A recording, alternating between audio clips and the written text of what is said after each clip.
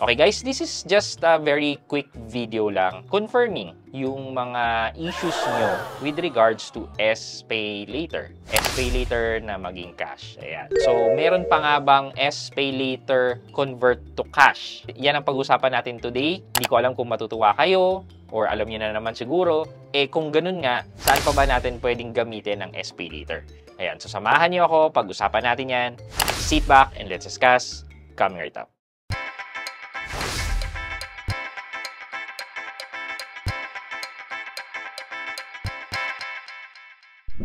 Hi guys, this is Pat and you're in Pat Quintos Review TV. So if you're new in my channel, I do reviews about personal finance na meron akong experience or meron na akong knowledge na ginawa ko na yan ng videos and playlists na makikita nyo dito sa taas. At kung bago kayo dito sa channel ko, you may want to consider subscribing to my channel.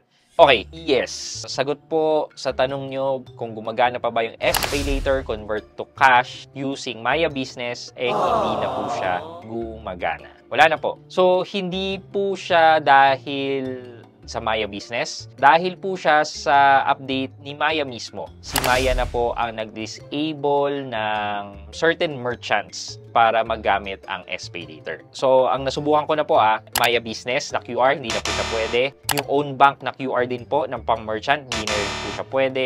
Yung peddler na QR, yung can collect na QR, hindi na rin po siya pwede. So, dahil po dyan, wala na ba talagang way para mag-convert ng SPayLater to cash? Wala na pong way na magagawa nyo by your own. Yun po yung masasabi ko. However, there are mga traders na hindi ko po nire-recommend. Sino ba sila? Traders. Sila yung mga legit na mga business. Tipong kunyari po meron po akong coffee shop. Tapos, as a coffee shop, nag-apply po ako as a merchant sa isang payment gateway. Mga payment gateway, mga GCash, yan. Pwede rin pong Maya, pwede rin pong, kunyari, Paynamics, yan. So, mga ano po yan, mga payment gateways. Sila po, kapag nag-apply po kayo as merchant with them, pwede kayong mabigyan ng QR merchant na gagana po as a normal QR, yan, na ma-recognize ni SPayLater. Pero you cannot just apply kasi ang mga nakapag-apply po dyan ay mga business lang po talaga. So, kunyari, may coffee shop ako, nag-apply ako doon, pwede ako mag-accept ng QR payment.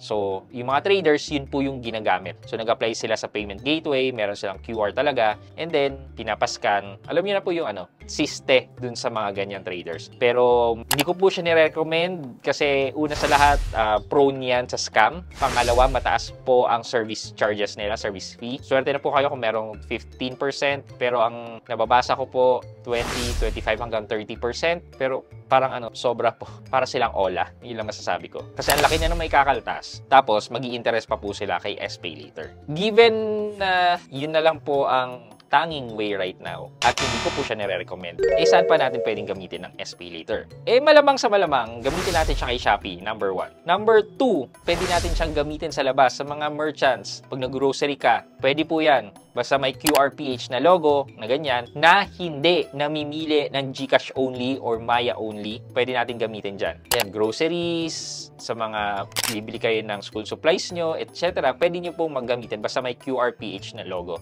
na hindi po namimili. Pwede po yan. Pwede rin po sa Jollibee, gumagana rin po yung SPayLater. Kaso lang po, kung napanood nyo po yung video ko about microloans, yan, kunyari, gagamit kayo ng gagamit, so, ibig sabihin lang yan, magkakaroon kayo ng maraming entry sa inyong credit report. Kunyari, bumili kayo ng 50 pesos na soft drinks or donut, ganyan. Tapos nag-pay kayo using SPayLater QR. So, lalabas po sa credit report nyo, meron kayong active loan na 50 pesos. Ganon po. As in, kung gaano karami nyo ginamit, kakaroon din ng ganong karaming entry sa inyong credit report. Iwasan din po natin yung paggamit sa mga maliliit na amount. Kasi dadami po ang entry nyo sa inyong mga credit report. Ayan, iwasan po natin yon. Kung medyo malalaki ang amount naman po, mga libo na po, okay lang naman po. Kunyari sa grocery. Bills payment, pwede rin po natin magamit ang SPayLater sa bills payment. Pwede siyang gamitin through Shopee na bills payment din. So, para gamitin po siya sa bills payment sa loob po ni Shopee, punta lang po tayo dito dito sa homepage ni Shopee, tapos click po natin itong cash in for free. Lalabas po yung Shopee Pay, tapos nakalagay po dito Apple Hub or load bills and travel. Click po natin yung load bills and travel. Ayan. Tapos select nyo po kung ano yung kailangan nyo dito.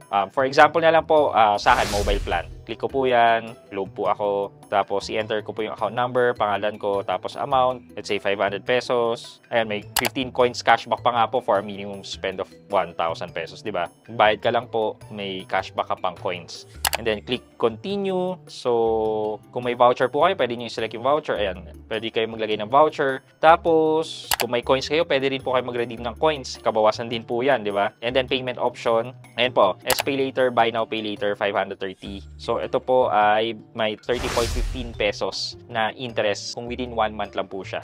Tapos, ito po may additional interest po kapag 3, 6, and 12. So, pwede up to 12 months to pay, di ba? Sample lang naman po. Balik po tayo. SPay later. Ayan po. So, ang total payment ko po ay 510 pesos kasi may convenience fee pa po. Pero, ang total na babayaran ko po dyan kay SPay later kapag pinush ko po to ay 540.15 pesos. Kung gusto niyo po talagang gamitin, ito po, meron pong other way. Bukod po sa pag-scan ng QR sa labas sa mga offline merchants, pwede rin po magbayad ng bills using the Bills Pay ni Shopee. And syempre, yun nga, dahil sa Shopee siya, yung una kong sinabi, i-avail nyo na lang din at 0% interest kung meron kayong mga bibilin ng mga gadget, appliance sa loob ni Shopee. So, very quick lang po talaga to kasi this is the true state of SPay later. Hindi na po talaga siya maggamit. Pero, kung makikita nyo yung item na gusto nyong bilhin sa loob ng Shopee, might as well, bilhin nyo na lang po sa loob ng Shopee. For our question of the day, kayo po ba, nakinabang po ba kayo sa pagko-convert ng SPay later na maging cash? And disappointed po ba kayo? Or kahit papano, thankful naman po kayo na nagamit yung SPay later nyo na maging cash?